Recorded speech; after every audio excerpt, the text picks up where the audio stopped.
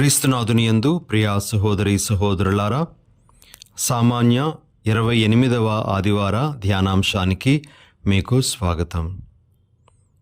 గత ఆదివారం నాడు మనము భూస్వామి కౌలుదారులు అనే ఉపమానాన్ని సువార్త పఠనంలో ఆలకించాం. మరి ఈ ఆదివారం నాడు మనము పెండ్లి పిలుపుకు ఆహ్వానం అనేటువంటి ఉపమానాన్ని ఆలకిస్తూ ఉన్నాం. మత్తయి సువార్త 22వ అధ్యాయము 1 నుండి 14 వరకు ఉన్నటువంటి వచనాలలో ఈ ఉపమానం మనకు కనబడుతుంది. ఈ రెండు ఉపమానాలను మనము ఒకసారి పరిశీలించినట్లయితే ఆ రెండు ఉపమానాలలో మనకు ఎన్నో పోలికలు కనబడతాయి. అంతేకాకుండా ఆ రెండు ఉపమానాలు ఒకే సందేశాన్ని ఇస్తున్నట్లుగా కూడా మనకు కనబడుతుంది. కాబట్టి ప్రియ సహోదరి సహోదరులారా, మొట్టమొదటిగా భూస్వామి కౌలుదారులు అనే ఉపమానానికి, అదేవిధంగా పెండ్లి పిలుపుకు ఆహ్వానం అనేటువంటి ఉపమానానికి మధ్య ఉండేటువంటి కొన్ని పోలికలను మనము మొదట గుర్తించటానికి ప్రయత్నం చేద్దాం. మొట్టమొదటి పోలిక ఏమిటి అంటే, భూస్వామి కౌలుదారుల ఉపమానంలో ఆ ద్రాక్ష తోట యజమాని తన కౌలుదారులను నమ్ముతాడు. ఎంతో నమ్మకంతో తాను చక్కగా సిద్ధపరిచినటువంటి ద్రాక్ష తోటను వారి చేతికి అప్పగిస్తాడు. అలానే పెండ్లి విందుకు ఆహ్వానం అనేటువంటి ఆ ఉపమానంలో రాజు తన ప్రజలను నమ్ముతాడు. తాను ఇచ్చినటువంటి ఆహ్వానాన్ని వారు గౌరవిస్తారు, తన యొక్క విందుకు వారు వస్తారు అని అతడు నమ్మడం జరుగుతుంది. ఇది మొదటి పోలికగా మనం చూడొచ్చు. ఇక రెండవ పోలిక ఏమిటి అంటే, మొదటి ఉపమానంలో భూస్వామి కౌలుదారుల ఉపమానంలో ద్రాక్ష తోట యజమాని కోతకాల సమయంలో పండ్లను కౌలుదారుల నుండి ఆశిస్తాడు. తనకు రావలసినటువంటి దానిని వారు ఇవ్వాలి అని అతడు కోరుకుంటాడు. అయితే అతడు ఆశించినటువంటి విధంగా జరగలేదు.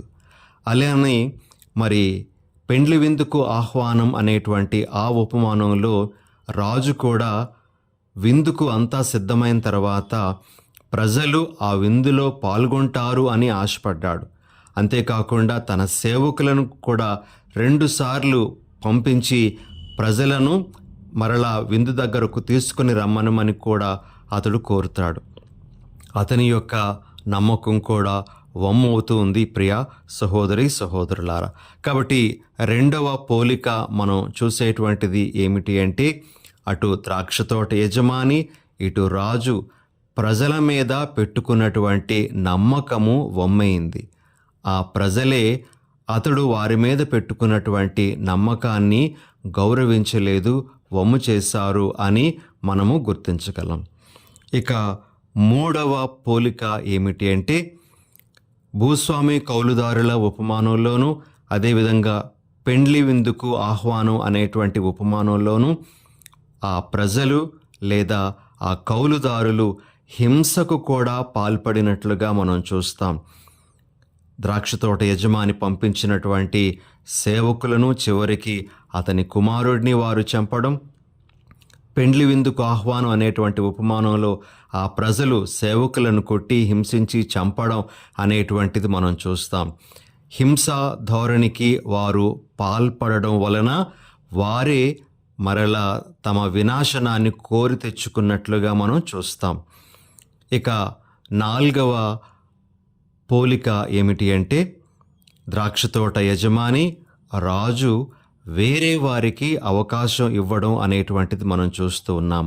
ఆ కౌలుదారుల నుండి ద్రాక్ష తోట యజమాని ద్రాక్ష తోటను తీసివేసి మరి వేరే వారికి సకాలంలో పండ్లను ఇచ్చేటువంటి ఆ కౌలుదారులకు ఆ ద్రాక్ష తోటను అప్పగించడం జరుగుతుంది.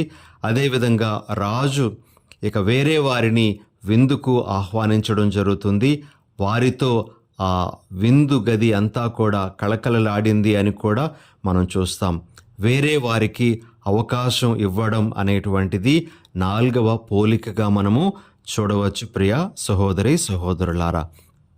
ఈ విధంగా ఈ రెండు ఉపమానాలు కొన్ని పోలికలతో ఉన్నాయి. అదేవిధంగా ఒకే సందేశాన్ని ఈ 2 ఉపమానాలు మనకు అందిస్తూ ఉన్నాయి. ఆహ్వానం అందించబడుతూ ఉంది, అవకాశం ఇవ్వబడుతూ ఉంది. అయితే ఆ అవకాశాన్ని మనము సద్వినియోగం చేసుకోవాలి, దుర్వినియోగం చేసుకోకూడదు. మనము అవకాశాన్ని చేజార్చుకున్నట్లయితే అది వేరే వారికి ఇవ్వబడుతుంది అనే విషయాన్ని ఇక్కడ మనము గ్రహించాలి. ఇక ప్రియులకు సహోదరి సహోదరులారా, ఈరోజు మనం ఆలకించినటువంటి సువార్త పఠనము పెండ్లి విందుకు ఆహ్వానం అనేటువంటి ఆ ఉపమానంలోని కొన్ని సందేశాలను మనము ఈరోజు స్వీకరించడానికి ప్రయత్నం చేద్దాం. రాజు తన కుమారుని పెండ్లి సందర్భంగా ప్రజలందరినీ కూడాను విందుకు ఆహ్వానించాడు. రాజుగారి విందుకు రావడం అంటే అది ఒక గొప్ప భాగ్యం. అయితే విందుకు అంతా సిద్ధమైన తర్వాత ఆ ప్రజలు వేరువేరు రకాలుగా ఉండి ఆ విందులో పాల్గొనలేదు. మొదటి వర్గానికి చెందినటువంటి వారు ఏ కారణము ఇవ్వకుండానే వారు విందుకు వెళ్ళలేదు. రెండో వర్గానికి చెందిన వారైతే వాళ్ళ స్వంత పనులను వారు పెట్టుకొని రాజు విందుకు వెళ్ళలేదు. మరి మూడవ వర్గానికి చెందిన వారైతే హింసాత్మక ధోరణిని అవలంబించారు. రాజు విందుకు పిలిస్తే రాజుకు వ్యతిరేకంగా వారు హింసకు పాల్పడి మరి వారు విందు ఆహ్వానాన్ని తిరస్కరించడం జరిగింది. ప్రియులకు సహోదరి సహోదరులారా, ఇలా మనము విందుకు వెళ్ళనటువంటి ఆ ప్రజలను 3 వర్గాలుగా మనము విభజించుకోవచ్చు. అయితే ఇక్కడ మనము గమనించాల్సినటువంటి ఒక ముఖ్యమైనటువంటి విషయం ఏమిటి అంటే, ఇందాకలా మనము తెలుసుకున్నట్లుగా రాజుగారి విందుకు వెళ్ళడం అంటే ఒక గొప్ప భాగ్యం. రాజుగారి యొక్క ఆహ్వానం మేరకు అక్కడకు వెళ్ళడము అంటే రాజుగారి యొక్క సహవాసానికి వెళ్ళడం, రాజుగారితో ఉండడానికి వెళ్ళడం. అయితే అటువంటి గొప్ప అవకాశాన్ని వీరు చేజేతులారా పోగొట్టుకున్నారు. ప్రియ సహోదరి సహోదరులారా, కొన్నిసార్లు జీవితంలో ఏది ముఖ్యము ఏది ముఖ్యము కాదు అనేటువంటి విషయాన్ని తెలుసుకోకుండా మనము చాలా గొప్పవైనటువంటి విషయాలను పోగొట్టుకుంటూ ఉంటాం. ఆ ప్రజలు కూడా అదే తప్పుడు పని చేయడం జరిగింది. తమ జీవితంలో ఏది ముఖ్యము ఏది ముఖ్యము కాదు అనే విషయాన్ని వారు తెలుసుకోలేకపోయారు. కొన్ని అవసరమే కానీ అప్పుడే అవి ముఖ్యం కాకపోవచ్చు. కాబట్టి ఏది ముఖ్యము ఏది ముఖ్యం కాదు అనేటువంటి విషయాన్ని గ్రహించగలగాలి.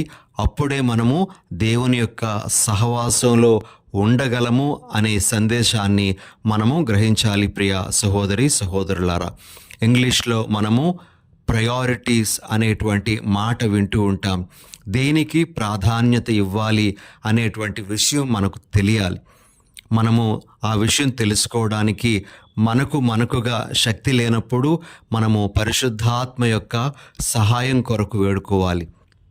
ప్రభువా, నేను దేనికి ప్రాధాన్యత ఇవ్వాలి, దేనికి ముఖ్యత్వాన్ని ఇవ్వాలి అని మనము పరిశుద్ధాత్మ యొక్క సహాయంతో నడిపింపుతో నిర్ణయం తీసుకోగలం. ప్రియ సహోదరి సహోదరులారా, కాబట్టి ఇది ఒక ముఖ్యమైనటువంటి సందేశం. ప్రాధాన్యతలు తెలుసుకొని దానికి అనుగుణంగా జీవించడం అనేటువంటిది ఒక ముఖ్యమైనటువంటి సందేశంగా మనము ఈరోజు గ్రహించాలి. ఇక రెండవ ముఖ్యమైనటువంటి సందేశం ఈనాటి ఉపమానం ద్వారా మనం నేర్చుకోవాల్సింది ఏమిటి అంటే, మనకు ఇవ్వబడినటువంటి అవకాశాన్ని పోగొట్టుకున్నట్లయితే అది వేరే వారి స్వంతం అవుతూ ఉంది అని మనం గుర్తించాలి. దేవుడు తన యొక్క పనిని ఎవరో ఒకరి ద్వారా కొనసాగిస్తూనే ఉంటాడు. కొన్నిసార్లు మనకు ఇవ్వబడినటువంటి అవకాశాలను దుర్వినియోగం చేసుకుంటూ ఉంటాం.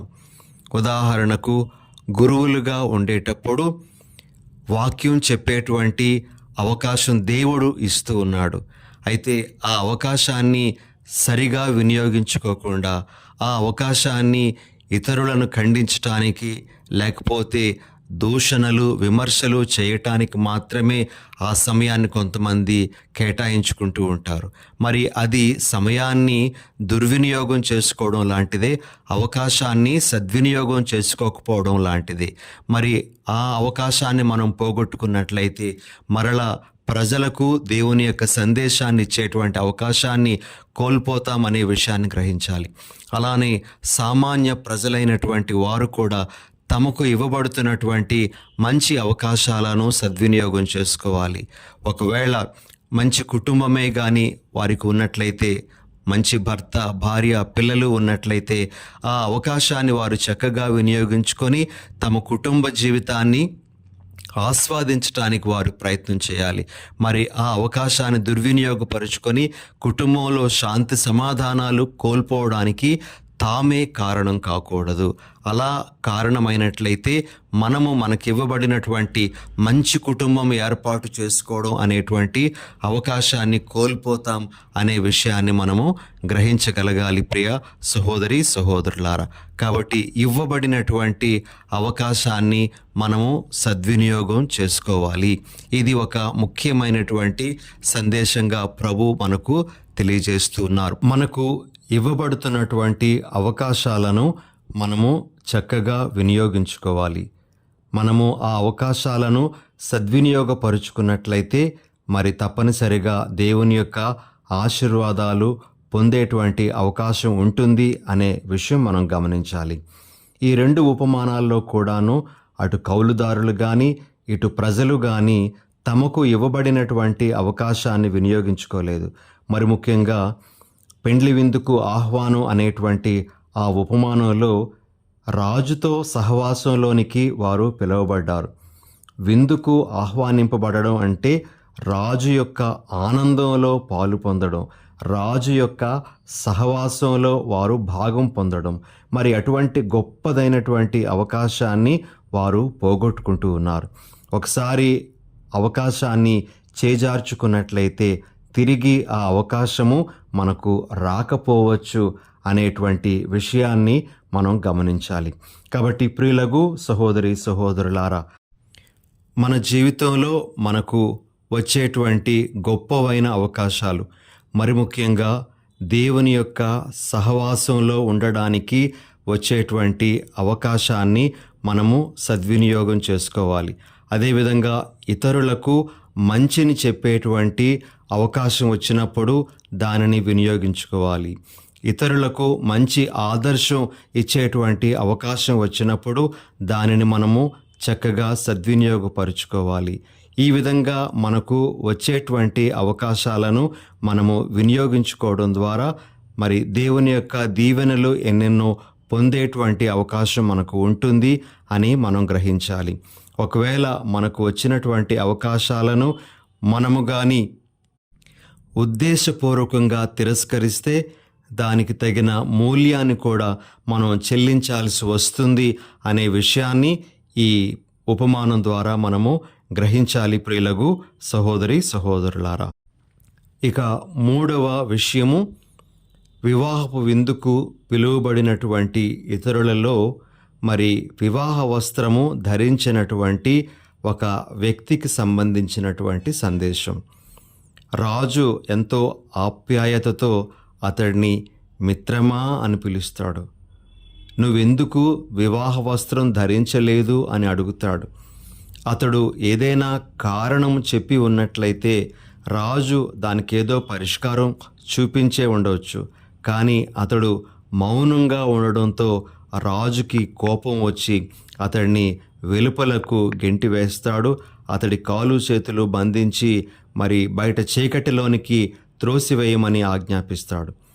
ప్రియులకు సహోదరి సహోదరులారా, పిలువబడిన వారు అనేకులు, ఎన్నుకోబడిన వారు కొలది మంది మాత్రమే అని ప్రభువు చెప్తూ ఉండగా అందరికీ దేవుని యొక్క రాజ్యంలో ప్రవేశించేటువంటి అవకాశం ఉంది.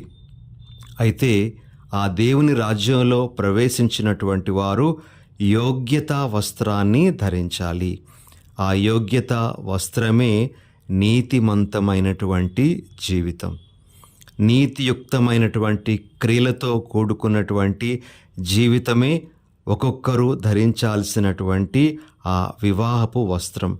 కాబట్టి ఈరోజు ఈ దివ్య బలిలో పాల్గొంటున్నటువంటి మనమందరం కూడా ప్రభు యొక్క ఆహ్వానం మేరకు ఈ సత్య శ్రీ సభలో సభ్యులుగా ఉన్నాం. మనందరికీ ప్రభు ఈ చక్కటి అవకాశాన్ని ఇచ్చారు.